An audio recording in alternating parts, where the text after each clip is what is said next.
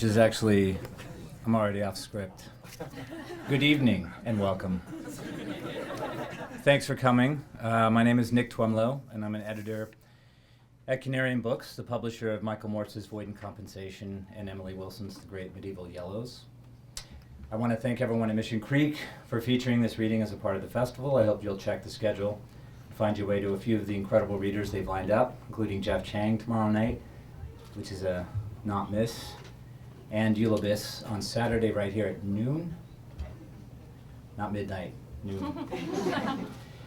I'd also like to extend our warmest gratitude, as always, to Jan and everyone at Prairie Lights for hosting us. Tonight I will introduce Michael Morse and Robin Schiff, who, along with Josh Edwards and Lynn Shue, is my colleague at Canarium, will introduce Emily Wilson. Both poets' books are available for purchase. After the reading, I'm sure they'd be happy to sign one. And I think technically, this being April 1st, this is the first day they're officially available, although they've been around and circulating a bit here and there. But this is the first time that these books are official. Before Canarium Books was The Canary, an annual magazine of poetry.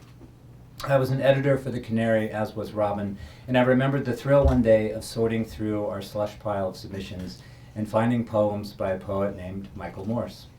The poems, which come from Void and Compensation, and which we quickly accepted, were marvelous for many reasons. They were calm yet uneasy, or at least not quite at ease with, or perhaps in, the world.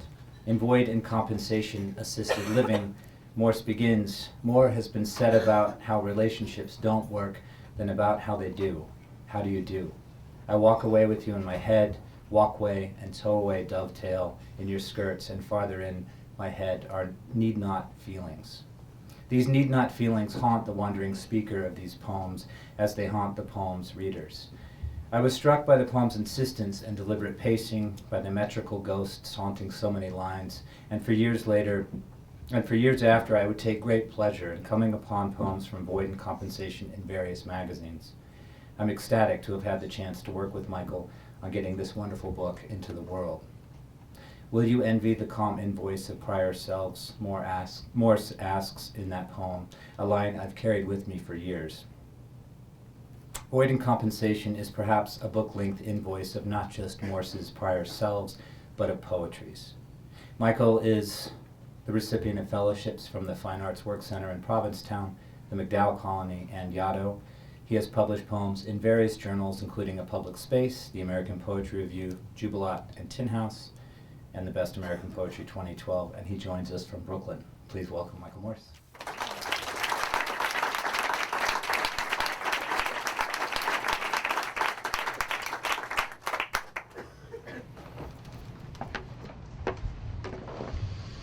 Hello, Iowa. Happy spring. It's great to be back, and great to be reading with Emily. So, Void and Compensation is a title that I've shamelessly stolen from Simone Weil. Her book, Gravity and Grace, has a section called Void and Compensation. And I guess if I were to try to sum up what that means to the book as an umbrella kind of concept or idea or title, there's sort of rehearsals for and encounters with loss and how we sort of deal with that. And hopefully we do find some compensation, and hopefully singing is a sort of compensation. So, but you'll let me know. The first poem that I'm going to read is the first poem in the book, and it's called Karaoke Genesis. Karaoke translates, I guess it's two words in Japanese that are stuck together, and it means empty orchestra. So, Karaoke Genesis. Since when did keeping things to ourselves help us to better remember them? We need tutorials from predecessors. To restore what's missing makes a science of equating like with like, or touching small pebbles on a mental abacus. We hitch a memory of order to ourselves. From rotating bodies in space comes wind by which we're buffeted, cooled, or graced. The sun warms both the sunflower and the angel with whom we might wrestle. We get some lyrics from a higher power, and then we act on or for each other. In calculated reunions of broken parts, the latter must always feel the former, inherit both the track and the turn. A situation like an empty orchestra. And when we try to sing above it, into it, and even in our singing, are mistaken. If pitch is something sought and never pure, if ladder sounds like something we can climb as opposed to where we find ourselves more recently in our relations, in time, having been left or starting our leave-taking, something happened. Someone followed someone. Someone had, even held, our formers. We're doppelgangers, saintly or undone. Pick a song and listen for your cue. Here's the void. Now sing some compensation. I'm the world's worst karaoke singer, I have to say. Tone deaf. I was thinking about the crazy weather you're having today, yesterday. This poem's called My Ear, My Alabama, My Monk. Here comes Thelonious weather, all elbows and knees and in-between notes, a virtuoso thirst of clouds now tattering big blue, and down come colored leaves who've left their lives as shades. Harbingers, the notes scurry like small children who in their cravings tend to disfigure themselves. My ear, my Alabama, and my monk. My single malt, my Talladega wren, part winglet, part malfeasant, flirting with the narrator and making of the riffraff an armada of ready sophists. His play limbs a weather of fevered unthinking. Close your eyes. Let the junks on the river dream play détente, drift into view from left to right.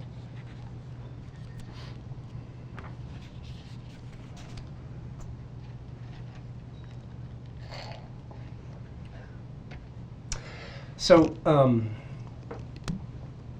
in Jewish mysticism, there's this concept called tzimtzum, which I guess the best way to explain it is, if God is everywhere, in order for God to withdraw and make the world, God has to withdraw and make a space in which that world can then be created.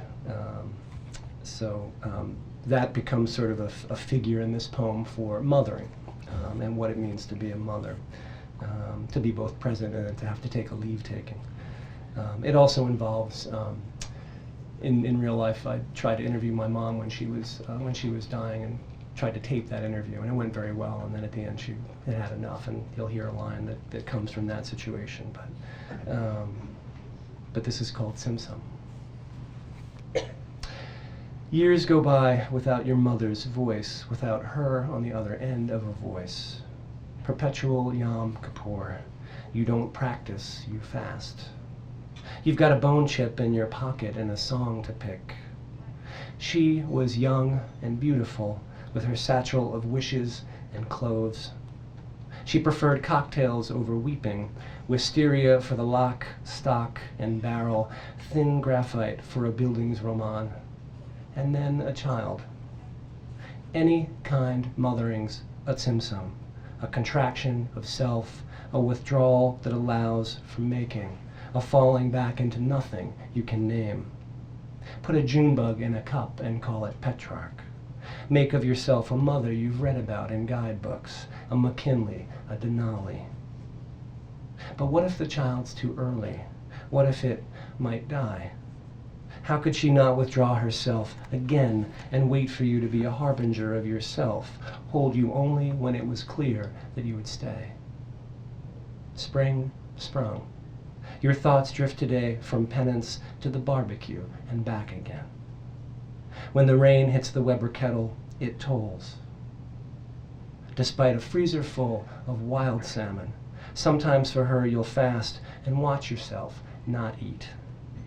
You watch yourself walk until you stumble under the weight of watching and hear her words when her last voice went out and came to rest on a fine filament called tape.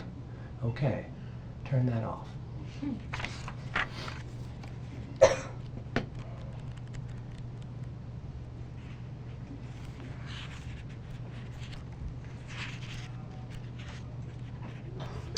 I was very fortunate to go to grad school here, so it's a thrill to be back. I had some wonderful teachers.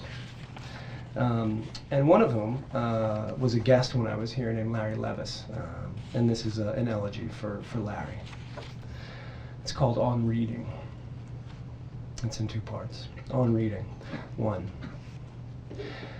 When I read in bed, the book above me held high, arm extended, I hold the top right corner with my left hand and let the finished pages rest on my wrist, as if I'm denying the rays of a small sun or keeping the printed word at bay. It's Chekhovian how everything descends, the protagonists, their stars, and their sun. This morning it's my friend. I haven't learned to say his name in death, since what he left of his life on paper, tuberculin ink, spit up and out as darker rubies that his body couldn't keep and went to pages. Stains that snow, crystal by crystal, persistent and held above the head and kept at bay. 2. It's Valentine's Day and I'm reading in bed. I'm with my lover and we're breaking up, although neither of us knows it yet. I am reading and she is sleeping. The book is still above me, but I'm gone, prescience disguised as daydreaming. I'm at my lover's apartment years later, and I'm holding her baby, not mine, and yet a ruby of my making, my ambivalence. Love's less and less about someday, and more of a resuscitation of someone. Come, friend or lover, and child fast asleep. Come, dawn, all clock tick and sparrow chatter, and daylight starch, waiting for ink and wanting. The books are by the bed, and they are dead and ready. I'm going to read 2 more poems, one short one, and then an excerpt from the long poem that's in the middle of the book.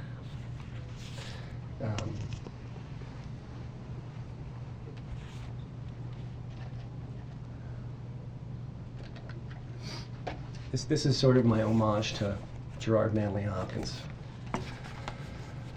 It's called Childless. Overload, this floral mark of May, her post-shower sky-bound bust-up of dirt beds tended and called out in love. A joy lot, a dream going deep, June, the fly pattern, the bee season, a chalk talk and pollen, the hook and trail. Petal beds abuzz in flux, July ripe, tinsel and tonic, the hummingbirds of needle and lobe, lid flutter and lash lush.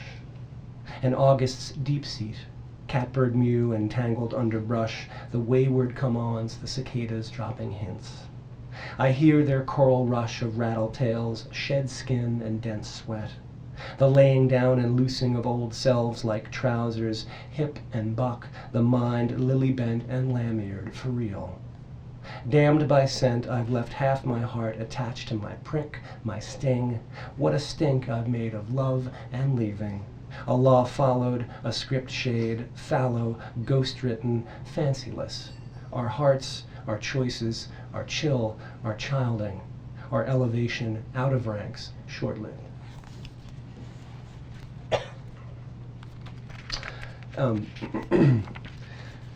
So one more poem, and this is a longer poem. It's about 10 minutes, I guess. And it's an excerpt from the larger poem that's in the center of the book. I had the great fortune of spending some time in Provincetown, Massachusetts, on the coast. And there are 2 lighthouses that are within sort of a close distance of each other, one called Woodend and the other called Long Point, and this poem is set in that landscape of being between these 2 lighthouses. The poem's called Poem as Aporia, Between Lighthouses, and I guess the best way to sort of quickly describe Aporia is a state of being lost, in which one might talk to oneself or one's listeners as a way of trying to get out of that conundrum. And in rhetoric, I guess it's an expression of doubt. Poem as Aporia, Between Lighthouses. Are you lonely there? Yes, I want you here. Welcome, day of hearts on paper, night of lights that punctuate and propagate the dark. honor the boats coming in and going out. As for reefs and shoals, I am, as they are, fearful-making, and terrifying if all the maps can say is position doubtful. Overhead and overheard, light shot out loses itself in something greater by the second. Not quite mid if middling, I'm a distance between points, halfway undecided by my choices. The lighthouse only suggests an autonomy. Part warning, part bearing, it projects that we need others, to know where you are in relations, to know that others are thinking of you, even in the abstract. It is what children realize their parents have done for them as long as they can remember. A mother says to her child, in order to help him learn to do on his own, pretend I'm not here. She says it when she's tired of answering questions. She says it so that he might see his independence. It is a crushing and cursory tutorial. It is his heart's preparation for memory. I love the lighthouse because it is not human. It must bear both sides of the relationship. I don't have to manufacture answers for my beloved, but I do it in my head all the time. It is a wager, a hedge.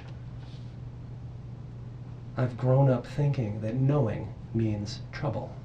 If I can stay not knowing, it calls to the competent for help. Of love I always ask, but will it work? I speak of the world as if it merely happens to me. Weather reflected in windows, colorless bay waves that adopt blue light and orphan molecules. What amazes me, God-given or random grant, are the things of this world that color themselves with what lies outside of and settles on them. I love the lighthouse mind, forever colonized by others and assessments made on behalf of their bearings. How dear of them to lose all sense of self. Once manned, now no human heart, no human error. A wind-blanched corridor between lights. A sandbar with its gnarled and stunted trees. Tonight I'm here because I need to know myself as not at sea, more grounded in a light shown out towards others. I am a little fearful. Am I between two houses, or am I one looking at and talking to the other? It is equally plausible that I must choose one light over another. It is equally plausible that I am one light and my beloved another. Doubt made Pascal hedge his bets. He bet with his head, not over it.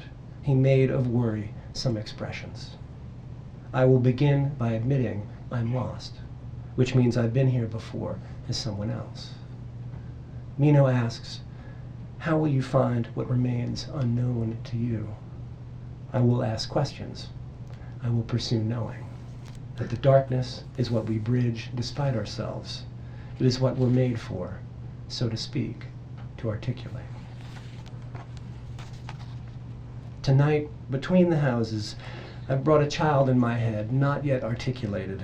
He could be my past or my future, or the child I overheard in the library today. Let's call him Nico, as his mother does. Thrilled and shrill among the prospects of volumes, all words unspoken and bound, a beauty impossible to take. And his mom, articulator, said to him in his noise, his kicking of blocks in the kids section, out of their stacks and behind radiators, we don't do that. You can't, thank you. Little Nico, your mother's intentions are best, meant to make of your strange world a Damascus, market stalled, that you might navigate on your own. So when your mother says you should apologize for kicking blocks in the hall of texts in waiting, where do you find yourself? On the shores of apology with a stutter in speech or in thinking, sorry? Nico, you're not listening. I would like to. You're not cooperating. I would like to. The mother love is unbearable, isn't it, Nico? You're giving her the Heisman. It's too much. So here's the push-pull that Hoffman says is paint that makes of love some province lands better discovered and let go. A turning off, provided there's a resting place, a child's pose. A love vindictive when our benefactors wake us from our selfish ways.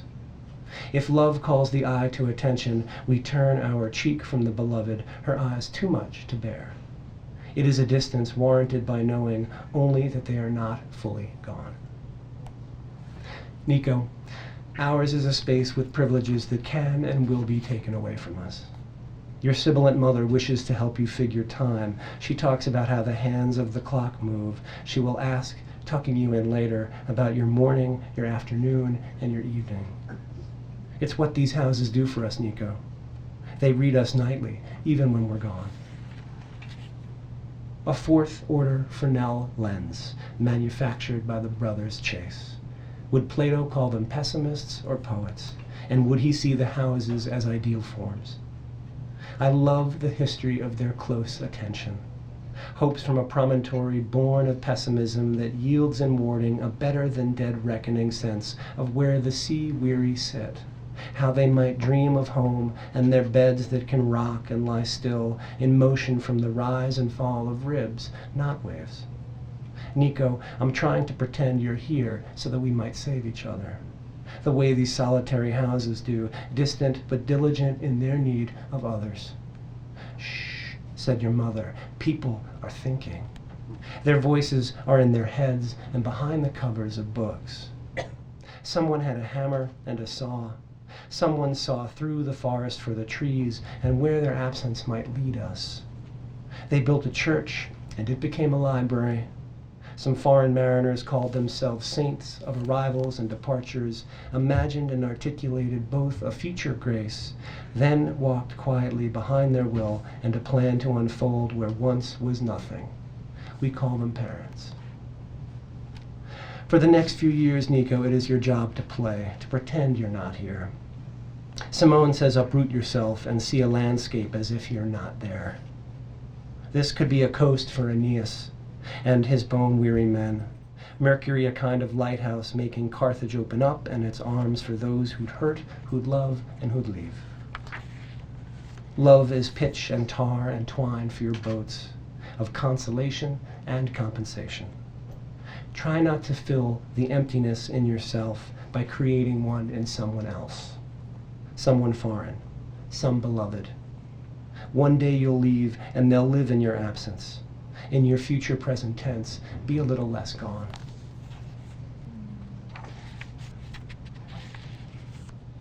If I've only found faith in loss and measured commitments in distance, I still have thoughts of reconciliation, that I might speak as the houses would, that I might stutter love and make it fluent.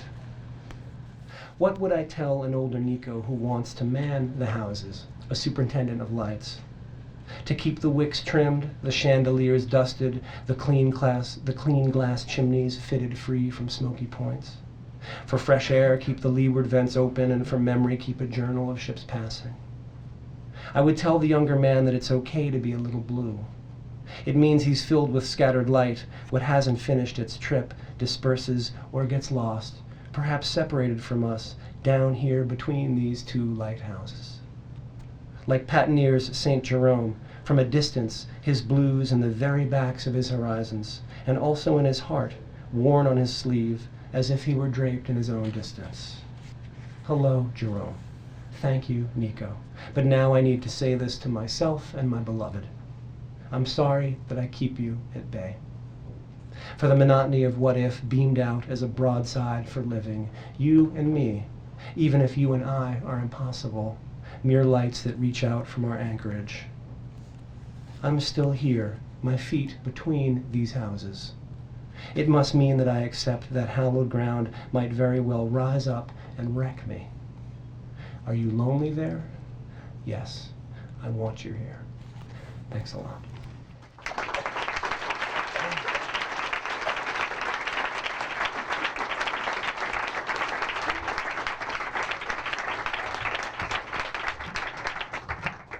Thank you so much, Michael. I'm Robin Schiff. I'm the other half of this half of Canarium Books. We also have an office in Marfa, Texas. Emily Wilson is the author of 2 exquisite previous collections of poems, both published by the University of Iowa Press, The Keep and Micrographia. Tonight, Canarium Books is thrilled to celebrate the release of her astonishing 3rd collection, The Great Medieval Yellows, a work that, like her earlier collections, makes arresting observations of the natural world in syntax that embodies mysteriously both the desperate fleeting and the lush ongoingness of the wild. If you are familiar with Wilson's work, you will find an intensification of her concerns and of her gaze in The Great Medieval Yellows, but the attentiveness here is more serious and very serious. And attention itself becomes a moral imperative as Wilson engages the natural world at an emergency point of its unraveling in a completely original syntax that refuses stasis over and over again. Emily Wilson's syntax is a living thing, and as these poems behold natural history, both in the wild and in the archive, they never dishonor their subject by holding it still, and by pressing on the tangible with every sense, the poems pass through mere material engagement into the hum of spiritual experience as the physical world gives way to the numinous, and Wilson's poems enter that charged ecotone between the natural and the supernatural, where the explicable and the inexplicable meet. This is the domain of real poetry. Please welcome Emily Wilson.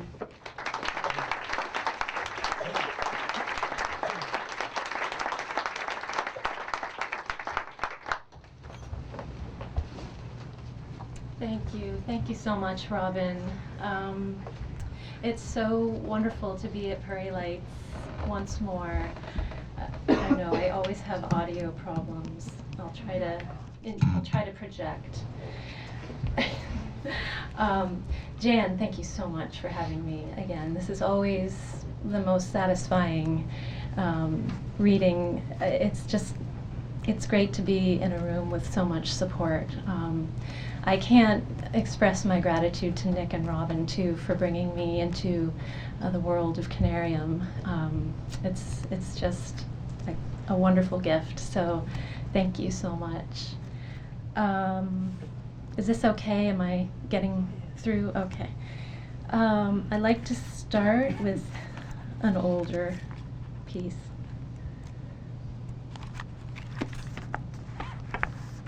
Pastoral.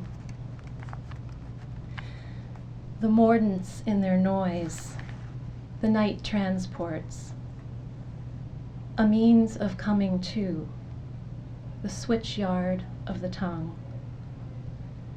To have once set such store by, forced creatures, not changed toward something of my own. The towns raised chaffed seas to ground them.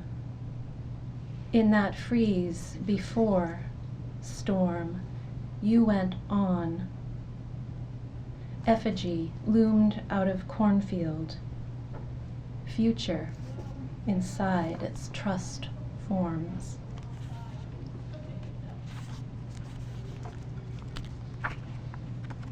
So that poem for me is sort of the beginning of my life in Iowa. It was one of the earliest poems I wrote here as a student back in the late 90s.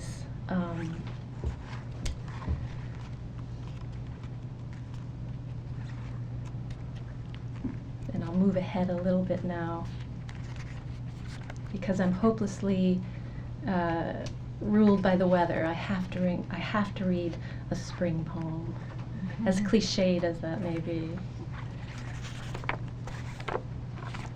We have to honor the god of spring. Spring intensive. Little cruxes of the lilacs, the light now filtering through fog, ignites the new wicks of forsythia.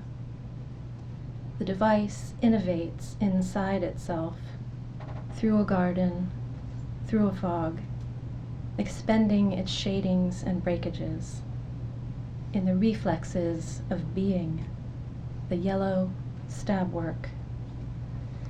It is the draw of the windows all around it, the extent of the watching all across it, all inside it, or all through it. Triggerings enveloping the fence edge, flourishes, stays. Forsythia and lilac and stricture.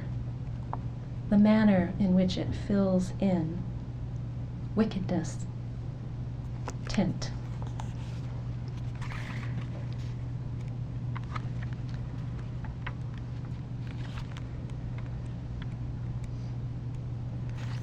I went to see that wonderful film that was playing at the film scene a few weeks ago called Mr. Turner, Life of J.M.W. Turner.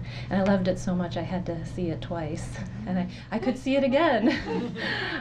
It's a wonderful, I don't know, it's, as films about artists go, it just seemed so mysterious and extremely detailed. And anyway, it drew me back to a poem I had written years ago in response to a Turner watercolor. And the title is the title of the watercolor. Sunset, Rouen. Just to the left and down from the central engagements, clock tower, vaults of the long mauve bridge. Sun and its correlate swashes come back to prime, spurred cathedral, seeding carmine chartreuse up against it. The horses stand in their traces. Their wagon floats at the dark wharf fringe, fused through the loads, watermarks, persons or poles, soldered spots that are shadows or breaks in the junctures of reeds. Scarcely at home in themselves, stationing there, forced to make reddish banks red, they have been horses. The fixing of them in grit grass, strangely set off. Ramparts ruck over, the underside slips. What are they waiting for? The edge of the picture unsettles, tricks itself forth, like the passage in which is restored your miniature boy, ritually combed and folded. A few fawn strokes, still to be, harbored as horses.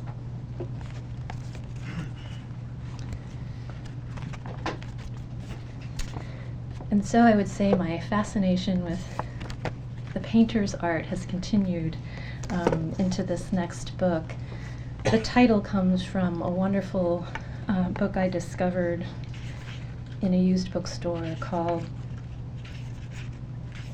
The Materials and Techniques of Medieval Painting. Some may be familiar with this. It's a wonderful book by Daniel V. Thompson, and I think because it delves so deeply into the materials of painting, specifically medieval painting, and for me it became this nexus of nature and material processes, the ways that the ancient the painters could render through very complex means these luminous paints that then were once again transformed into the paintings. So there's just this cycle of transformation through a physical process. And I think that's sort of what unites the poems in the book, the sort of idea of that kind of reiteration and moving around of physical matter.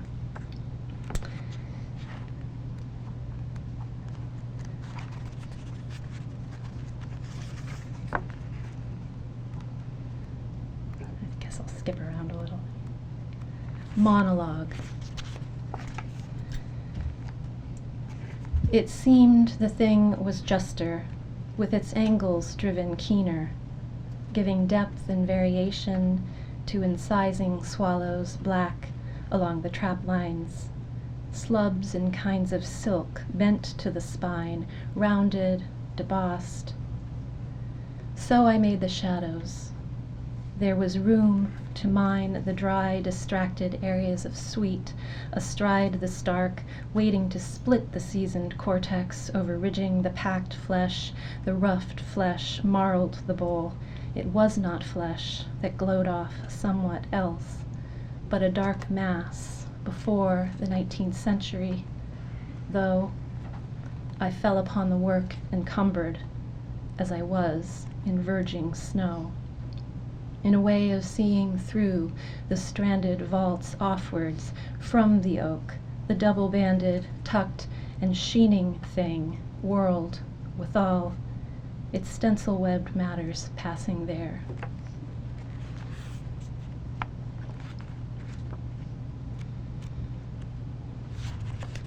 Secretive soil fauna. Of the fungi I have done, apart no crime can come. Sintered slough, mite, and nematode, accosting in the earliest makeshift, roots most intimate symbiosis. Ever you crowd the crowded shades close to blue mold spikes, granular impacts of the inexhaustible, crimp and sinus plot. Just how is it you think you can come in here and scut the fatty mastics off, the antagonies, the parsimonies?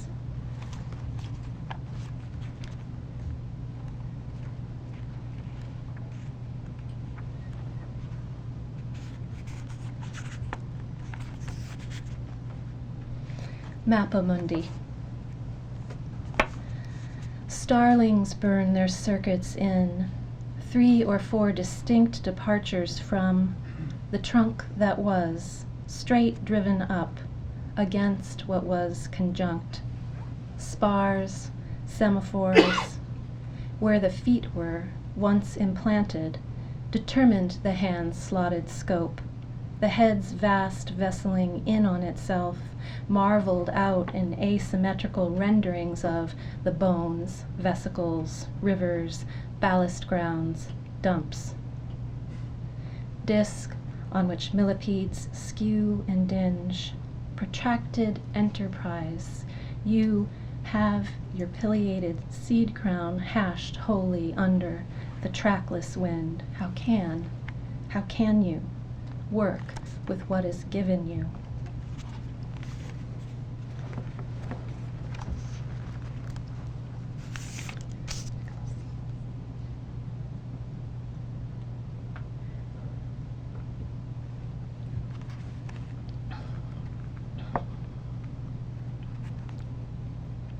A lot of my time was spent looking at all manner of pictures of plants, all different sorts of medieval and later types of books that, for whatever reason, scientific, medicinal, decorative, have as their focus plants.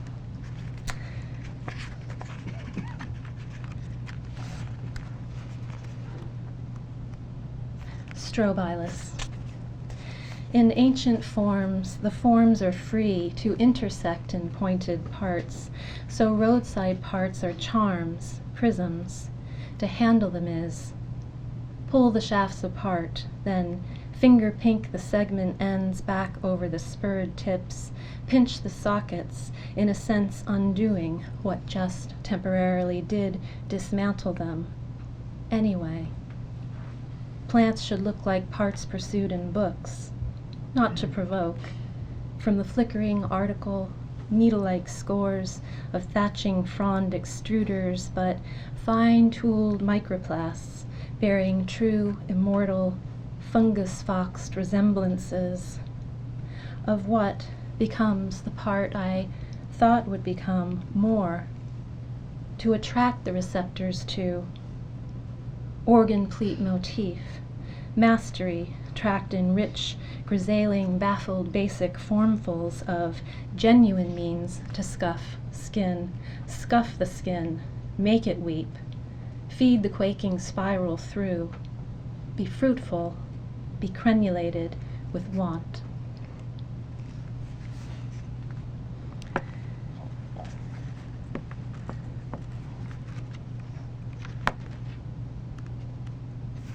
Buds. Torsions of ruby-spiked colonies under the peony's meteor then. Imagine points turned up at the specializing ends, even where you find the need to move on. More of a reddish pink toward the terminals. Flocking and bobbling, several gnarled shots, tall for a crabapple. Moreover, you cannot know how one gives on another. Impressions of keen counterfaction, indicators of something forfeiting deeply, forfeited for. Around incoming interrupted, bucks the whole fringe attending it. Seems I've seen that all before. It shambles down some vague node, messing it, though quite a unity. Undergirds the sharp, chartreuse moments, done alone.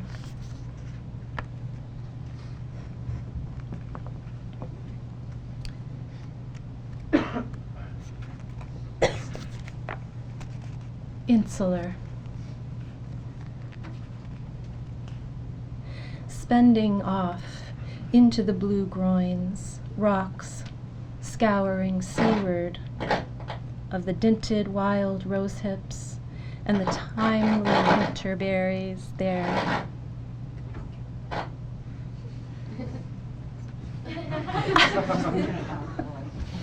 Among them. I feel like I should do a little spell over this or something. I'll start that one over.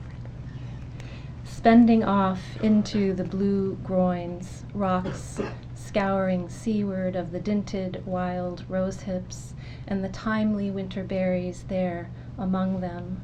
Shingle all we were bound to. Aboriginal underpinnings, tumbling up the steep slake, stringing flailed skirmishes, always redoubling, never not, undoing things done. Knotted, weedy, woolly, plastic.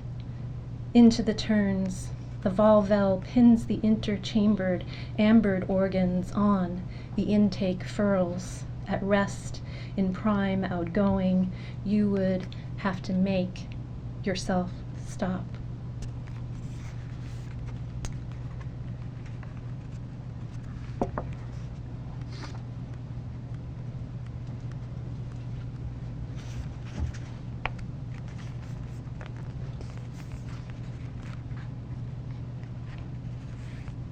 Invasive. Another path, another purpling path, rush against gray stone. What is gray?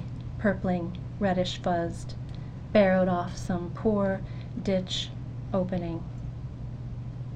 Stone you are fitted to, wilding cracks and complex studded blends, spontaneous interedge networks, nimbly variegating rushed, disjointed up ahead, upon entering from the ocular point, behind, seen and shored forward through wiring. But the breaks in metrics essentially are underfoot, and of the foot, root, rushed onward.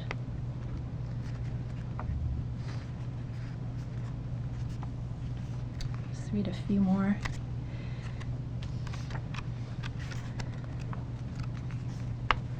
Common comfrey.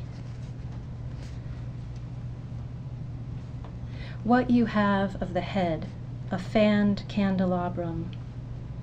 Rustic cymes twisted under themselves, the hairiness, a clicking in the bones make strange, implacable signets of the parted parts. Between the stalks and the buds, behind their arrangement, the dark, graining, muted, tumid ground. Will I be forgiven? And isn't this a madness you can see, adhered to its plan? Patterns in gold, basalt, kermes, cadmium, and steel.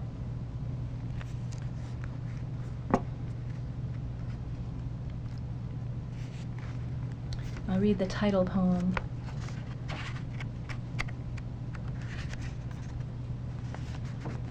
The Great Medieval Yellows. Massicot, mosaic, gold, saffron, buckthorn, weld. How to get your gilding on. It will not take part in ruination of the blue, or drubbing through the known earths in preparation for the flesh. Would it be upheld, its chalcedony? What you are here for, your ardent understanding of what self in many moving faculties that make it so like self. Suckers through the roots of the undulant woad it has been living all along, oxidizing under the topic, brilliance, hematite, lime white, a little pinch in the dish. You have only to wait for it.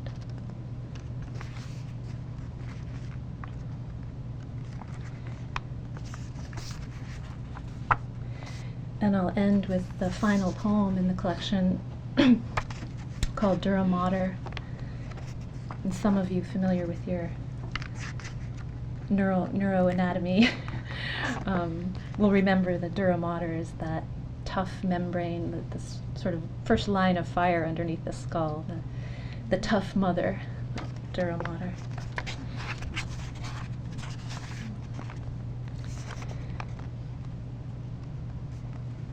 Was impeded, could not bring myself to show care outwardly, pedimented. You were difficult to attend. You had a way of putting me off.